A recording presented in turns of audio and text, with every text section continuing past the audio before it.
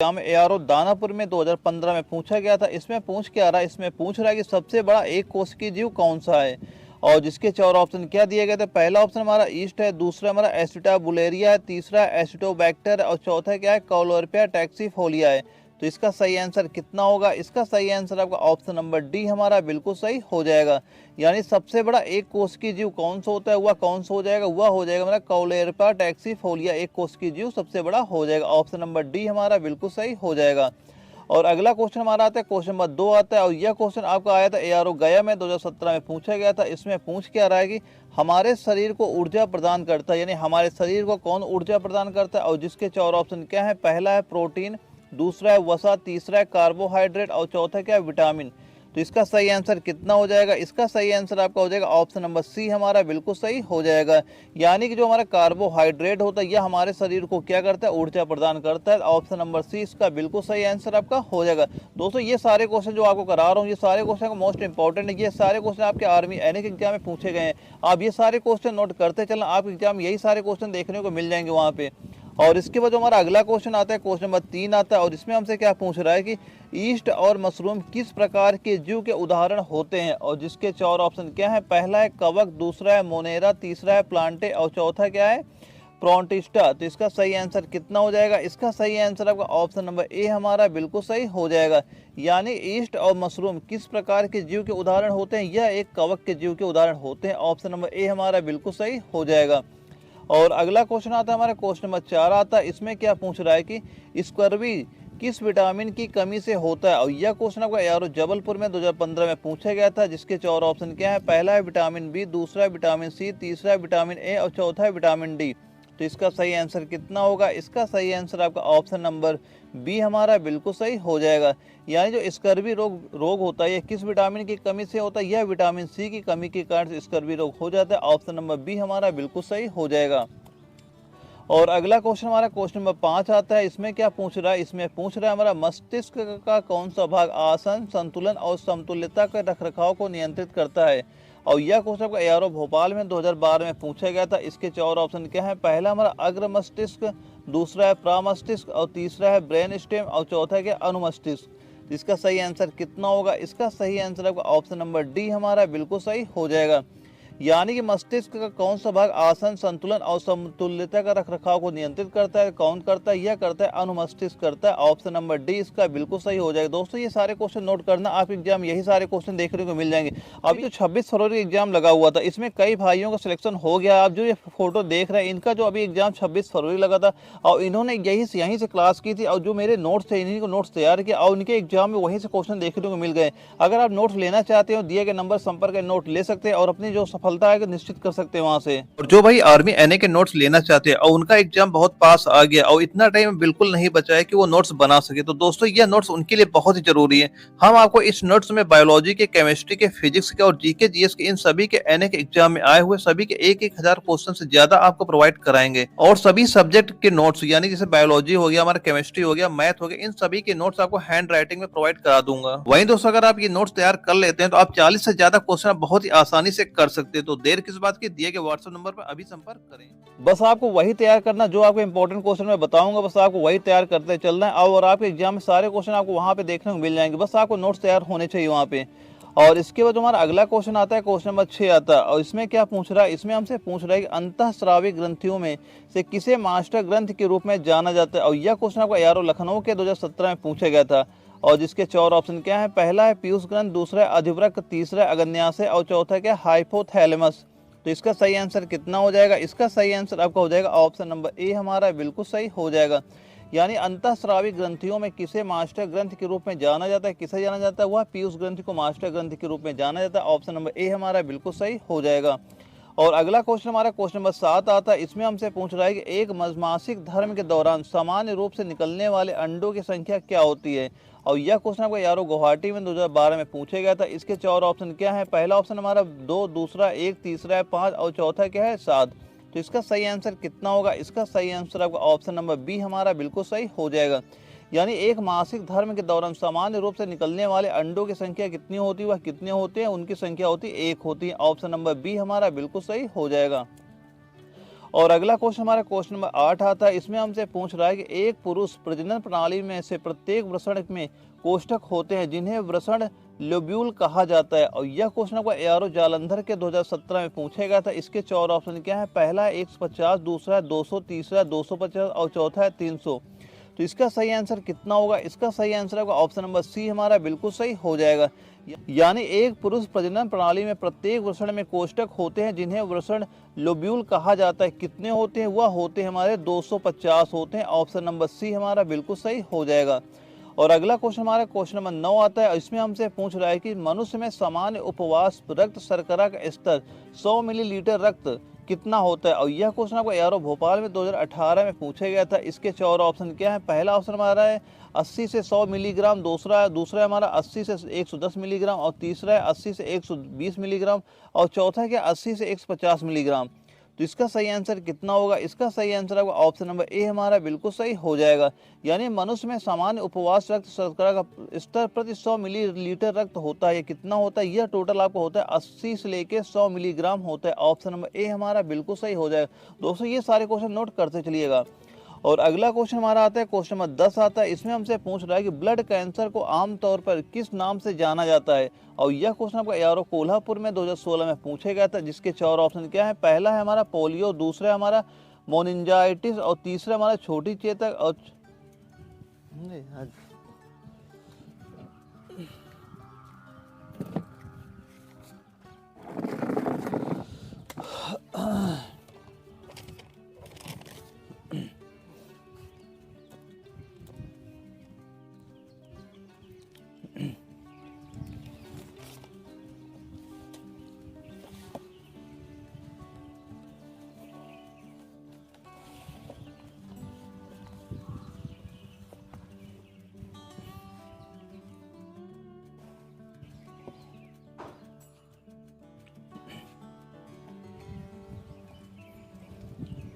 और इसके बाद हमारा अगला क्वेश्चन आता है क्वेश्चन नंबर 10 आता है। इसमें क्या पूछ रहा है? इसमें हमसे पूछ रहा है कि ब्लड कैंसर को आमतौर पर किस रूप में जाना जाता है?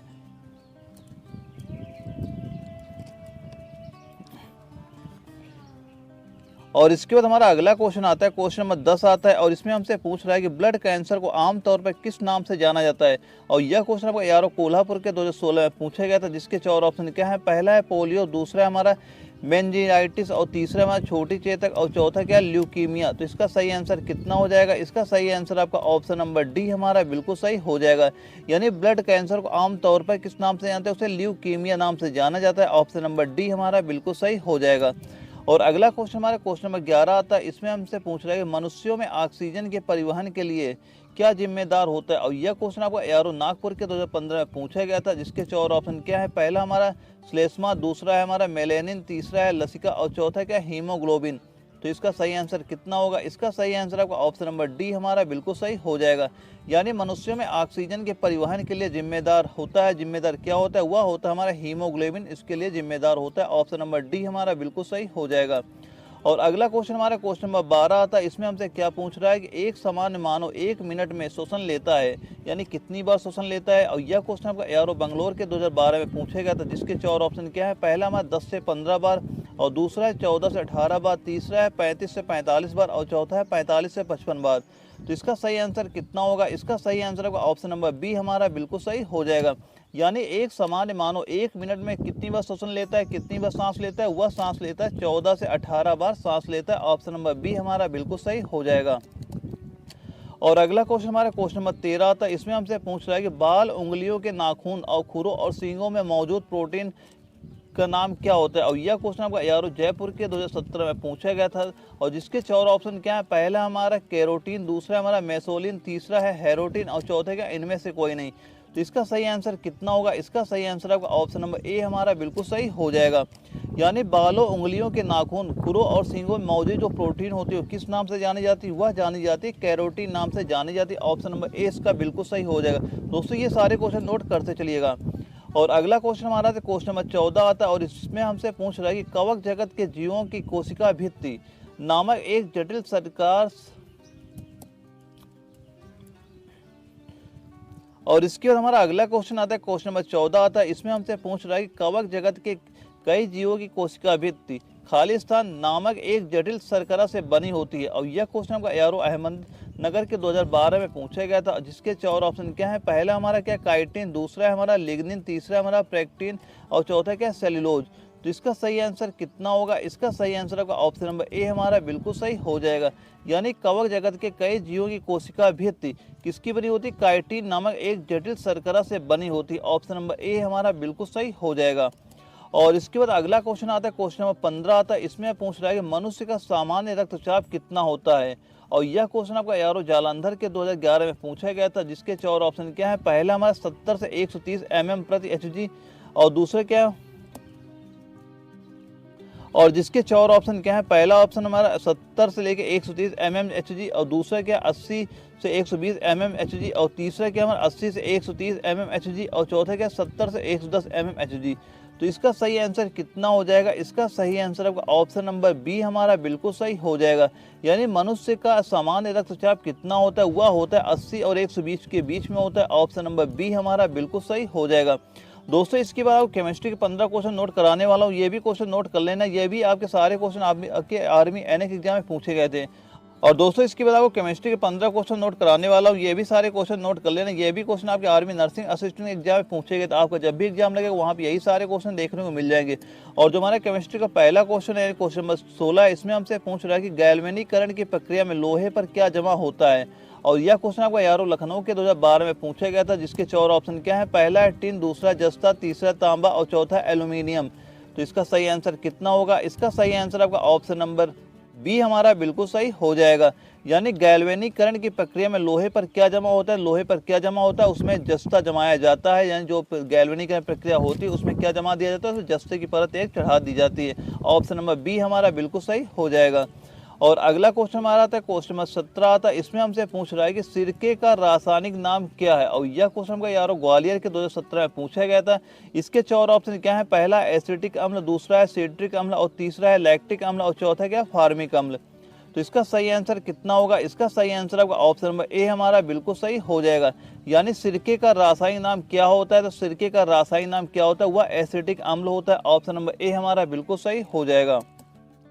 और अगला क्वेश्चन हमारा क्वेश्चन नंबर 18 आता है। इसमें हमसे पूछ रहा है कि ओजोन परत का ह्रास किसके कारण होता है। और यह क्वेश्चन का यारो मेरठ के 2012 में पूछा गया था, जिसके 4 ऑप्शन क्या है। पहला है क्लोरोफ्लोरोकार्बन, दूसरा है खरगोश लोमड़ी शेर और तीसरा है मीथेन और चौथा क्या सल्फर डाइऑक्साइड। तो इसका सही आंसर कितना हो जाएगा? इसका सही आंसर आपका ऑप्शन नंबर ए हमारा बिल्कुल सही हो जाएगा। यानी ओजोन परत का ह्रास किसके कारण से होता है? किसके कारण से होता है? वह होता है क्लोरोफ्लोरोकार्बन के कारण से क्या होता है? जो ओजोन परत का ह्रास होता है। इसलिए हमारा ऑप्शन नंबर ए हमारा बिल्कुल सही हो जाएगा। दोस्तों ये सारे क्वेश्चन मोस्ट इंपॉर्टेंट क्वेश्चन है। अब ये सारे क्वेश्चन नोट करते चलना, आपके एग्जाम में यही सारे क्वेश्चन वहाँ पे देखने को मिल जाएंगे। और इसके बाद हमारा अगला क्वेश्चन आता है, क्वेश्चन नंबर 19 आता है। इसमें हमसे पूछ रहे हैं कि हंसने वाली गैस का रासायनिक नाम क्या होता है। और यह क्वेश्चन आपका यारो आगरा के 2015 में पूछा गया था, जिसके 4 ऑप्शन क्या है। पहला है अमोनिया, दूसरा है नाइट्रस ऑक्साइड, तीसरा है कार्बन डाइऑक्साइड और चौथा क्या एसिटिलीन। तो इसका सही आंसर कितना होगा? इसका सही आंसर आपका ऑप्शन नंबर बी हमारा बिल्कुल सही हो जाएगा। यानी हंसने वाली गैस का रासायनिक नाम क्या होता है? वह रासायनिक नाम क्या हो जाएगा? वह हो जाएगा नाइट्रस ऑक्साइड। इसका रासायनिक नाम हो जाएगा। ऑप्शन नंबर 20 का बिल्कुल सही हो जाएगा। और अगला क्वेश्चन हमारा क्वेश्चन नंबर 20 आता है। इसमें हमसे पूछ रहा है कि गोबर गैस, बायोगैस, प्राकृतिक गैस का प्रमुख घटक खालिस्तान है। और यह क्वेश्चन का यारो बनारस के 2017 में पूछा गया था। और इसके 4 ऑप्शन क्या है। पहला हमारा कार्बन डाइऑक्साइड, दूसरा है मीथेन, तीसरा है हाइड्रोजन और चौथा क्या है नाइट्रोजन। तो इसका सही आंसर कितना हो जाएगा? इसका सही आंसर आपका ऑप्शन नंबर बी हमारा बिल्कुल सही हो जाएगा। यानी गोबर गैस, बायोगैस या प्राकृतिक गैस का प्रमुख घटक क्या होता है। तो प्रमुख घटक क्या हो जाएगा? वह हो जाएगा मीथेन हो जाएगा। ऑप्शन नंबर बी हमारा बिल्कुल सही हो जाएगा। और इसके बाद हमारा अगला क्वेश्चन आता है, क्वेश्चन नंबर 21 आता है। इसमें हमसे पूछ रहे हैं अम्लीय वर्षा के लिए उत्तरदायी घटक कौन सा है। यह क्वेश्चन आपका यारो बरेली के 2012 में पूछा गया था। और इसके 4 ऑप्शन क्या है। पहला है हमारा नाइट्रोजन ऑक्साइड और कार्बन डाइऑक्साइड, दूसरा है नाइट्रोजन ऑक्साइड और कार्बन मोनोऑक्साइड और तीसरा है सल्फर डाइऑक्साइड और नाइट्रोजन ऑक्साइड और चौथा है उपरोक्त में से कोई नहीं। तो इसका सही आंसर कितना हो जाएगा? इसका सही आंसर होगा ऑप्शन नंबर सी हमारा बिल्कुल सही हो जाएगा। यानी अम्लीय वर्षा के लिए उत्तरदायी घटक कौन सा है। तो कौन सा उत्तरदायी घटक हो जाएगा? वह हो जाएगा सल्फर डाइऑक्साइड और नाइट्रोजन ऑक्साइड हो जाएगा। ऑप्शन नंबर सी हमारा बिल्कुल सही हो जाएगा। और इसके बाद हमारा अगला क्वेश्चन आता है, क्वेश्चन नंबर 22 आता है। इसमें हमसे क्या पूछ रहा है। इसमें पूछ रहा है कि अम्लराज या एक्वा रेजिया आयतन के अनुसार 1:3 के अनुपात का मिश्रण क्या कहलाता है? और यह क्वेश्चन आपका यारो नागपुर के 2017 में पूछा गया था।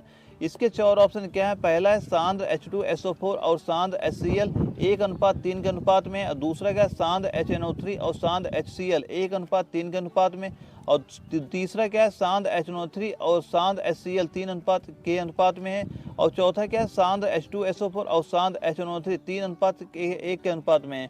तो इसका सही आंसर कितना हो जाएगा? इसका सही आंसर आपका ऑप्शन नंबर बी हमारा बिल्कुल सही हो जाएगा। यानी अम्लराज या एक्वारेजिया आयतन के अनुसार 1:3 के अनुपात के मिश्रण को क्या कहते हैं? उसे क्या बोलते हैं? उसे बोलते हैं जो मिश्रण होता है सांद्र HNO3 और सांद्र HCl का 1:3 का अनुपात होता है, उसे क्या बोलते हैं? उसे अम्लराज बोला जाता है। यानी ऑप्शन नंबर बी हमारा बिल्कुल सही हो जाएगा। और इसके बाद जो अगला क्वेश्चन आता है, क्वेश्चन नंबर 23 आता है, इसमें हमसे पूछ रहा है कि सोडियम बाइकार्बोनेट का सामान्य नाम क्या होता है? और यह क्वेश्चन आपका यारो कोल्हापुर के 2012 में पूछा गया था। और जिसके 4 ऑप्शन क्या है? पहला है साधारण नमक, दूसरा है कपड़े धोने का सोडा, और तीसरा है पीने का सोडा, और चौथा क्या हो जाएगा? Baking soda. तो इसका सही आंसर कितना हो जाएगा? इसका सही आंसर आपका ऑप्शन नंबर डी हमारा बिल्कुल सही हो जाएगा। यानी सोडियम बाइकार्बोनेट का सामान्य नाम क्या हो जाएगा? वह हो जाएगा बेकिंग सोडा, इसका सामान्य नाम होता है। ऑप्शन नंबर डी हमारा बिल्कुल सही हो जाएगा। दोस्तों ये सारे क्वेश्चन मोस्ट इंपॉर्टेंट है। ये सारे क्वेश्चन आपके आर्मी नर्सिंग असिस्टेंट एग्जाम में पहले पूछे जा सके हैं। और दोस्तों ये सारे क्वेश्चन तैयार करता है, आप जब भी एग्जाम आगे लगने वाला है वहाँ पर यही सारे क्वेश्चन आपको वहाँ पर देखने को मिल जाएंगे। और इसके बाद हमारा अगला क्वेश्चन आता है, क्वेश्चन नंबर 24 आता है। इसमें हमसे पूछ रहा है कि जिंक की परत चढ़ाकर लोहे को जंग लगने से बचाया जाता है, इस प्रक्रिया को क्या कहा जाता है? और यह क्वेश्चन आपका यारो गया के 2017 में पूछा गया था। और जिसके 4 ऑप्शन क्या है? पहला हमारा गैल्वेनीकरण, दूसरा हमारा सॉलिडिफिकेशन, और तीसरा है ब्लैकेनिक, और चौथे का निष्क्रियता। तो इसका सही आंसर कितना होगा? इसका सही आंसर आपका ऑप्शन नंबर ए हमारा बिल्कुल सही हो जाएगा। यानी जिंक की परत चढ़ाकर लोहे को जंग से लगाने से बचाया जाता है, इस प्रक्रिया को क्या बोलते हैं? इसे बोलते हैं गैल्वेनीकरण बोला जाता है। ऑप्शन नंबर ए हमारा बिल्कुल सही हो जाएगा। और अगला क्वेश्चन हमारा क्वेश्चन नंबर 25 आता है। इसमें हम पूछ रहा है कि सीसा भंडारण बैटरी में प्रयुक्त अम्ल कौन सा होता है? और यह क्वेश्चन आपका यारो अहमदनगर के 2015 में पूछा गया था। जिसके 4 ऑप्शन क्या है? पहला हमारा हाइड्रोक्लोरिक अम्ल, दूसरा है नाइट्रिक अम्ल, तीसरा है फार्मिक अम्ल, और चौथा क्या हो जाएगा? सल्फ्यूरिक अम्ल। तो इसका सही आंसर कितना हो जाएगा? इसका सही आंसर आपका ऑप्शन नंबर डी हमारा बिल्कुल सही हो जाएगा। यानी सीसा भंडारण बैटरी में प्रयुक्त अम्ल कौन सा होता है? वह होता है हमारा सल्फ्यूरिक अम्ल होता है। यानी H2SO4 जो होता है वही प्रयोग किया जाता है। ऑप्शन नंबर डी हमारा बिल्कुल सही हो जाएगा। और अगला क्वेश्चन हमारा क्वेश्चन नंबर 26 आता है। इसमें क्या पूछ रहा है कि एल्यूमिनियम का प्रमुख अयस्क क्या है? और यह क्वेश्चन आपका यारो नागपुर के 2018 में पूछा गया था। और जिसके 4 ऑप्शन क्या है? पहला हमारा एस्पोमाइट, और दूसरा हमारा बॉक्साइट, और तीसरा हमारा कोरंडम, और चौथा क्या है? क्रोलाइट। तो इसका सही आंसर कितना हो जाएगा? इसका सही आंसर आपका ऑप्शन नंबर बी हमारा बिल्कुल सही हो जाएगा। यानी एल्यूमिनियम का प्रमुख अयस्क क्या हो जाएगा? वह हो जाएगा इसका बॉक्साइट, इसका प्रमुख अयस्क होता है। ऑप्शन नंबर बी हमारा बिल्कुल सही हो जाएगा। और अगला क्वेश्चन हमारा क्वेश्चन नंबर 27 आता है। इसमें हमसे पूछ रहा है कि गहरे समुद्र में गोताखोरों द्वारा सांस लेने के लिए उपयोग की जाने वाली हवा में नाइट्रोजन के स्थान पर प्रयोग की जाने वाली अक्रिय गैस कौन सी होती है? और यह क्वेश्चन आपका यारो गुवाहाटी के 2012 में पूछा गया था। जिसके 4 ऑप्शन क्या है? पहला हमारा क्रिप्टन, दूसरा है आर्गन, तीसरा हीलियम, और चौथा क्या? जेनॉन हो जाएगा। तो इसका सही आंसर कितना होगा? इसका सही आंसर होगा ऑप्शन नंबर सी हमारा बिल्कुल सही हो जाएगा। यानी गहरे समुद्र में गोताखोरों द्वारा सांस लेने के लिए उपयोग की जाने वाली हवा में नाइट्रोजन के साथ कौन सी गैस होती है? वह कौन सी गैस हो जाएगी? वह हीलियम गैस हो जाएगी। ऑप्शन नंबर सी हमारा बिल्कुल सही हो जाएगा। और अगला क्वेश्चन हमारा क्वेश्चन नंबर 28 आता है। इसमें क्या पूछ रहा है? इसमें पूछ रहा है ग्रीन हाउस प्रभाव ग्लोबल वार्मिंग किसके कारण होता है? और यह क्वेश्चन आपका यारो जयपुर के 2017 में पूछा गया था। जिसके 4 ऑप्शन क्या है? पहला है ऑक्सीजन, दूसरा है नाइट्रोजन, तीसरा है कार्बन डाइऑक्साइड, और चौथा क्या है? गंधक। तो इसका सही आंसर कितना होगा? इसका सही आंसर आपका ऑप्शन नंबर सी हमारा बिल्कुल सही हो जाएगा। यानी ग्रीन हाउस प्रभाव ग्लोबल वार्मिंग किसके कारण होता है? किसके कारण होता है? यह होता है कार्बन डाइऑक्साइड के कारण होता है। ऑप्शन नंबर सी हमारा बिल्कुल सही हो जाएगा। और अगला क्वेश्चन हमारा क्वेश्चन नंबर 29 आता है। इसमें पूछता है कि भोपाल की घटना में शामिल गैस कौन सी थी? और यह क्वेश्चन आपका यारो झुंझुनू के 2012 में पूछा गया था। जिसके 4 ऑप्शन क्या है? पहला हमारा मिथाइल आइसोसाइनेट, दूसरा है हमारा सोडियम आइसोथियोसाइनेट, और तीसरा है नाइट्रोजन आइसोथियोसाइनाइट, और चौथा क्या है? Potassium isothiocyanate. तो इसका सही आंसर कितना हो जाएगा? इसका सही आंसर आपका ऑप्शन नंबर ए हमारा बिल्कुल सही हो जाएगा। यानी भोपाल की घटना में शामिल गैस कौन सी हो जाएगी? वह हो जाएगी मिथाइल आइसोसाइनेट हो जाएगी। ऑप्शन नंबर ए हमारा बिल्कुल सही हो जाएगा।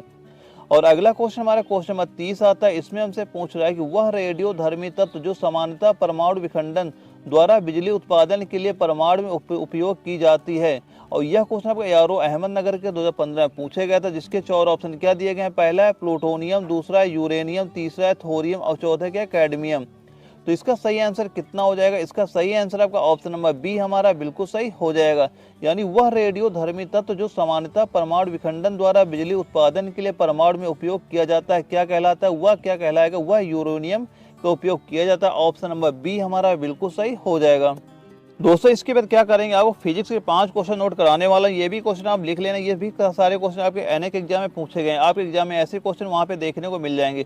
और जो हमारा फिजिक्स का पहला क्वेश्चन आता है, क्वेश्चन नंबर 31 आता है, इसमें पूछ रहा है कि ध्वनि या शोर की तीव्रता को मापने का एसआई इकाई क्या होता है। यह क्वेश्चन आपका यार दानापुर के 2012 में पूछा गया था। और जिसके 4 ऑप्शन क्या है, पहला है न्यूटन, दूसरा है डेसिबल, तीसरा है सोन्स और चौथा क्या है फॉन्स। तो इसका सही आंसर कितना हो जाएगा? इसका सही आंसर आपका ऑप्शन नंबर बी हमारा बिल्कुल सही हो जाएगा। यानी ध्वनि या शोर की तीव्रता का मापन किससे होता है, किससे किया जाता है? वह किया जाता है डेसिबल से, इसको मापक किया जाता है। ऑप्शन नंबर बी हमारा बिल्कुल सही हो जाएगा। और इसके बाद हमारा अगला क्वेश्चन नंबर 32 आता है। इसमें हमसे पूछ रहा है कि कौन सा सिद्धांत नियम ऑटोमोबाइल में हाइड्रोलिक ब्रेक के काम करने की व्याख्या करता है। और यह क्वेश्चन आपका एआरओ लखनऊ के 2017 में पूछा गया था, जिसके 4 ऑप्शन क्या है। पहला हमारा आर्किमिडीज का सिद्धांत, दूसरा हमारा टॉरिसेली का नियम और तीसरा है हमारा बर्नौली का प्रमेय और चौथा क्या पास्कल का नियम। तो इसका सही आंसर कितना हो जाएगा? इसका सही आंसर आपका ऑप्शन नंबर डी हमारा बिल्कुल सही हो जाएगा। यानी कौन सा सिद्धांत नियम ऑटोमोबाइल में हाइड्रोलिक ब्रेक के काम करने की व्याख्या करता है, कौन करता है? वह करता है पास्कल का नियम करता है। ऑप्शन नंबर डी हमारा बिल्कुल सही हो जाए। दोस्तों ये सारे क्वेश्चन मोस्ट इंपॉर्टेंट, आप सारे क्वेश्चन नोट करते चलिएगा। और अगला क्वेश्चन हमारा आता है, क्वेश्चन नंबर 33 आता है। इसमें पूछ रहा है कि सूर्य में ऊर्जा का उत्पादन की प्रक्रिया का नाम बताइए। और यह क्वेश्चन आपका यारो गुवाहाटी के 2012 में पूछा गया था। और जिसके 4 ऑप्शन क्या है, पहला है परमाणु संलयन, दूसरा है परमाणु संलयन और तीसरा है बीटा 6 और चौथा क्या गुरुत्वाकर्षण संकुंचन। दोस्तों ये 2 ऑप्शन हमारे बिल्कुल सेम हो गए हैं। और जिसका सही आंसर कितना हो जाएगा? इसका सही आंसर आपका ऑप्शन नंबर बी हमारा बिल्कुल सही हो जाएगा। यानी सूर्य में ऊर्जा के उत्पादन की प्रक्रिया का नाम क्या हो जाएगा? वह क्या हो जाएगा? परमाणु संलयन हो जाएगा। दोनों ऑप्शन सेम है, कोई भी ऑप्शन कर लीजिएगा। यानी ऑप्शन नंबर बी हमारा बिल्कुल सही हो जाएगा। और इसके बाद हमारा अगला क्वेश्चन आया था, क्वेश्चन नंबर 34 आया था। इसमें हमसे पूछ रहा है कि सूर्य पृथ्वी को द्वारा गर्म करता है। और यह क्वेश्चन आपका एआरओ दिल्ली के 2018 में पूछा गया था। और जिसके 4 ऑप्शन क्या है, पहला हमारा सभागम, दूसरा है विकिरण और तीसरा है संवहन और चौथा क्या है विखंडन। तो इसका सही आंसर कितना होगा? इसका सही आंसर आपका ऑप्शन नंबर बी हमारा बिल्कुल सही हो जाएगा। यानी सूर्य पृथ्वी को विकिरण द्वारा गर्म करता है। ऑप्शन नंबर बी हमारा बिल्कुल सही हो जाएगा। और अगला क्वेश्चन हमारा आता है, क्वेश्चन नंबर 35 आता है। इसमें हमसे क्या पूछ रहा है कि तापमान का एसआई इकाई क्या होता है। और यह क्वेश्चन आपको यारो गया के 2017 में पूछा गया था। और जिसके 4 ऑप्शन क्या है, पहला है केल्विन, दूसरा है जूल, तीसरा है सेल्सियस और चौथा क्या है फ़ारेनहाइट। तो इसका सही आंसर कितना हो जाएगा? इसका सही आंसर आपका ऑप्शन नंबर ए हमारा बिल्कुल सही हो जाएगा। तापमान का एसआई इकाई क्या हो जाएगा? तापमान का एसआई इकाई केल्विन हो जाएगा। और दोस्तों यह क्वेश्चन आपका कई बार आपके एग्जाम में रिपीट हो चुका है। यह क्वेश्चन मोस्ट इंपॉर्टेंट क्वेश्चन, आप ये क्वेश्चन जरूर नोट कर लीजिएगा। और दोस्तों इसके बाद क्या करेंगे, आपको मैथमेटिक्स के 5 क्वेश्चन नोट कराएंगे। ये भी क्वेश्चन आपके आर्मी नर्सिंग के एग्जाम में पूछेगा, ये भी क्वेश्चन नोट कर लेना। आप एग्जाम में मैथ का ऐसा ही क्वेश्चन वहाँ पे देखने को मिल जाएगा। इसमें पूछ के आ रहा है, इसमें पूछ रहा है हमसे, राहुल किसी काम को 5 दिन में करता है किंतु वह अपने बेटे की सहायता उस काम को 3 दिन में करता है। तो यह बताओ बेटा अकेला उस काम को कितने दिन में पूरा करेगा। और यह क्वेश्चन आपका यारो जबलपुर के 2012 में पूछे गए। इसे कैसे सॉल्व करेंगे? इसमें जो वैल्यू दी गई सबसे पहले वो लिख लेंगे। यानी एक जो राहुल है किसी कार्य को कर रहा है 5 दिन में कर रहा है, उसके बाद कह रहा है किंतु वह अपने बेटे की सहायता उस काम को 3 दिन में कर रहा है। यानी एक तो हमारा राहुल हो गया और एक उसका सन हो गया, यानी दोनों मिलके काम करते हैं, कितना समय लेते हैं? 3। इसे कैसे सॉल्व करें? सिंपल से इसका क्या करेंगे, एलसीएम ले लेंगे। इसका एलसीएम कितना आ जाएगा? 15 आ जाएगा। यानी जो हमारा बीच में आता है ये हमारा क्या हो जाएगा, कुल काम हो जाएगा। यानी अगर जो हमारा कौन राहुल है, राहुल अगर 1 दिन में कितना काम करेगा, कैसे निकालेंगे? 5 को इसके एलसीएम भाग करेंगे, कितना आ जाएगा? 3 आ जाएगा। और जो इस दोनों मिलके काम कर रहे हैं, 1 दिन में कितना काम कर रहे हैं, जो हमारा एलसीएम आया, एलसीएम से क्या करेंगे, इसको भाग कर देंगे। 3 से 15 को भाग करेंगे, कितना आ जाएगा? 5 आ जाएगा। यानी कितनी बार जाएगा यहाँ पे? 5 आ जाएगा। आप हमें सिंपल से ये बताओ यहाँ 5 कैसे हो गया। यानी जो ये हमारा जो राहुल था, ये राहुल 1 दिन में 3 काम कर रहा है और इधर कितना 2 लोग मिल गए, तो 2 लोग 1 दिन में कितना 5 काम कर रहे हैं। यानी यहाँ पे क्या देख रहे हैं, जो 2 बढ़ रहा है। 2 क्यों बढ़ रहा है? क्योंकि उसका जो सन है, वो भी शामिल हो गया है। अगर ये जो सन है वो एक दिन में 2 काम कर रहा है तो पूरा काम हमारा 15 दिन में है, तो 15 काम कितने दिन करेगा, इसे कैसे निकालेंगे, सिंपल से कर देंगे 15/2। इसे जब काटेंगे यहाँ से कितना निकल के आ गया, 7.5 दिन निकल के आ जाएगा। ऑप्शन नंबर ए हमारा बिल्कुल सही हो जाएगा। दोस्तों इस क्वेश्चन को आपको इसी तरह सॉल्व करना, तभी आपका टाइम बचेगा वहाँ पे।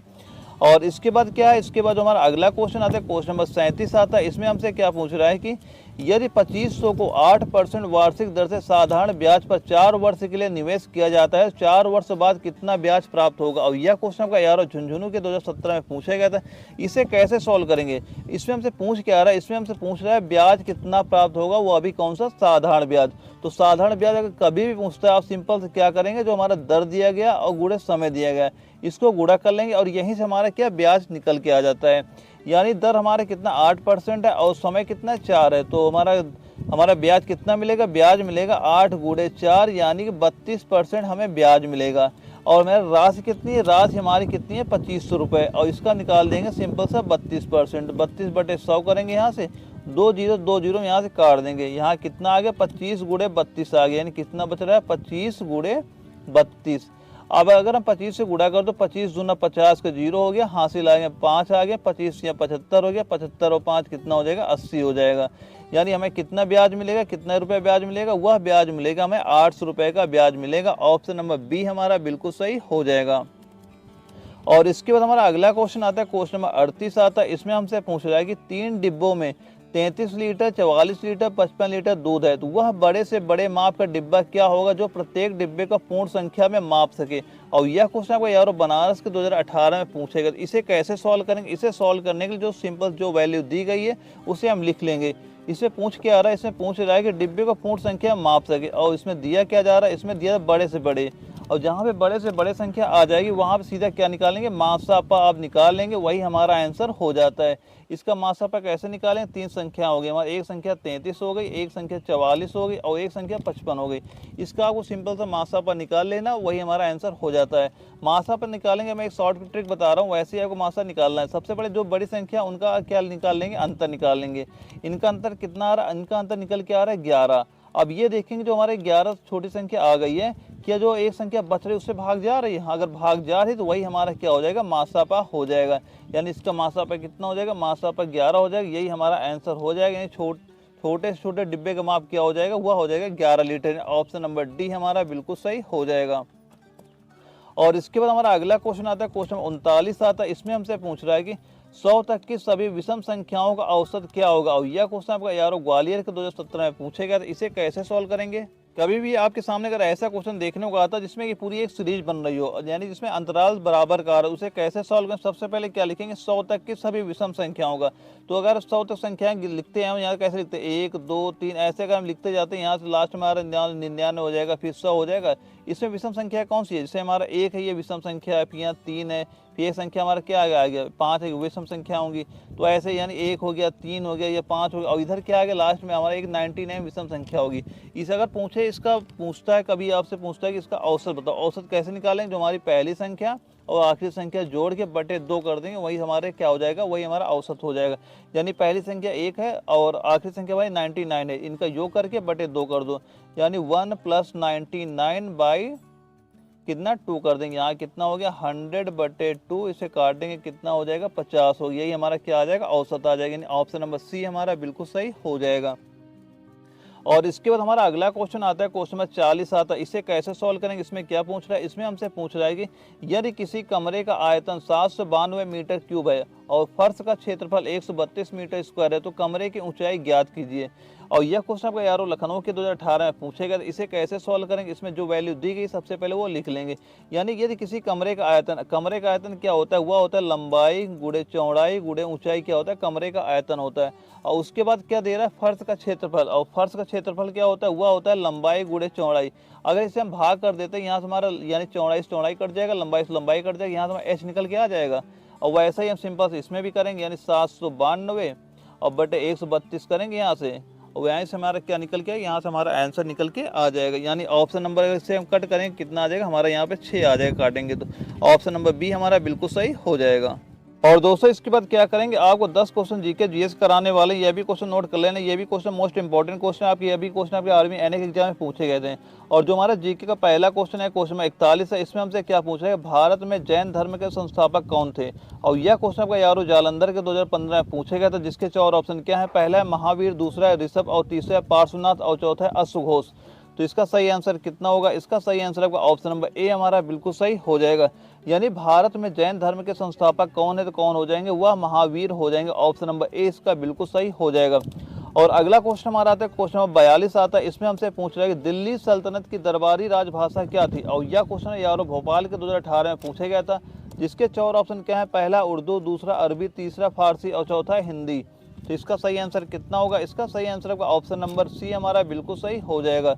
यानी दिल्ली सल्तनत की दरबारी राजभाषा कौन सी थी, वह कौन सी हो जाएगी, वह फारसी भाषा इसकी दरबारी भाषा थी। ऑप्शन नंबर सी हमारा बिल्कुल सही हो जाएगा। दोस्तों ये सारे क्वेश्चन इंपॉर्टेंट है, लिखते रहना अपना। और अगला क्वेश्चन हमारा आता है, क्वेश्चन नंबर 43 आता है। इसमें क्या पूछ रहा है, इसमें पूछ रहा है कि सोलंग किस राज्य का स्वदेशी त्योहार है। और यह क्वेश्चन आपको यारो दिल्ली की 2018 में पूछा गया था। इसके 4 ऑप्शन क्या है, पहला है झारखंड, दूसरा है उत्तर प्रदेश, तीसरा है सिक्किम, और चौथा है अरुणाचल प्रदेश। तो इसका सही आंसर कितना हो जाएगा, इसका सही आंसर आपका ऑप्शन नंबर डी हमारा बिल्कुल सही हो जाएगा। यानी सोलंग किस राज्य के स्वदेशी त्योहार है, किस राज्य का हो जाएगा, वह हो जाएगा अरुणाचल राज्य का। यह क्या हो, स्वदेशी त्योहार होता है। ऑप्शन नंबर डी हमारा बिल्कुल सही हो जाएगा। और अगला क्वेश्चन हमारा क्वेश्चन नंबर 44 आता है। इसमें पूछ रहा है कि ढिमसा किस भारतीय राज्य के आधिकारिक लोक जनजातीय नृत्य है। और यह क्वेश्चन आपको यारो कोलकाता के 2017 में पूछा गया था। और जिसके 4 ऑप्शन क्या है, पहला कर्नाटक, दूसरा आंध्र प्रदेश, तीसरा उड़ीसा, और चौथा क्या है तमिलनाडु। इसका सही आंसर कितना हो जाएगा, इसका सही आंसर आपका ऑप्शन नंबर बी हमारा बिल्कुल सही हो जाएगा। यानी ढिमसा किस भारतीय राज्य का आधिकारिक लोक जनजातीय नृत्य है, किस राज्य का हो जाएगा, यह हो जाएगा आंध्र प्रदेश का हो जाएगा। ऑप्शन नंबर बी हमारा बिल्कुल सही हो जाएगा। और अगला क्वेश्चन हमारा क्वेश्चन नंबर 45 आता है। इसमें पूछ रहा है कि 1931 में निर्मित भारत की पहली बोलती फिल्म कौन सी थी। यह क्वेश्चन आपका यारो दानापुर के 2015 में पूछा गया था। इसके 4 ऑप्शन क्या है, पहला है राजा हरिश्चंद्र, और दूसरा है आलम आरा, तीसरा है दुनिया न माने, और चौथा क्या है आदमी। तो इसका सही आंसर कितना हो जाएगा, इसका सही आंसर आपका ऑप्शन नंबर बी हमारा बिल्कुल सही हो जाएगा।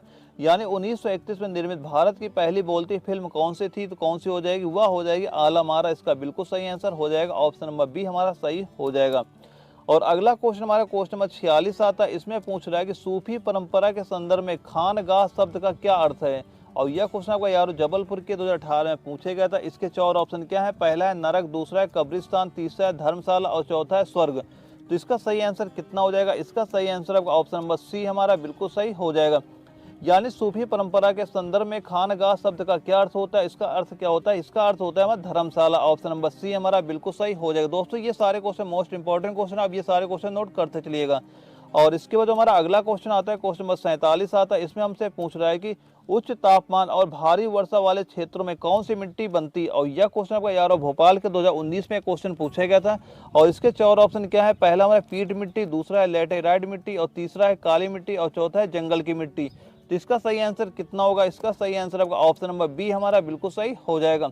यानी उच्च तापमान और भारी वर्षा वाले क्षेत्रों में कौन सी मिट्टी बनती है, कौन सी मिट्टी बनती है, वह बनती है लेटेराइट मिट्टी बनती है। ऑप्शन नंबर बी हमारा बिल्कुल सही हो जाएगा।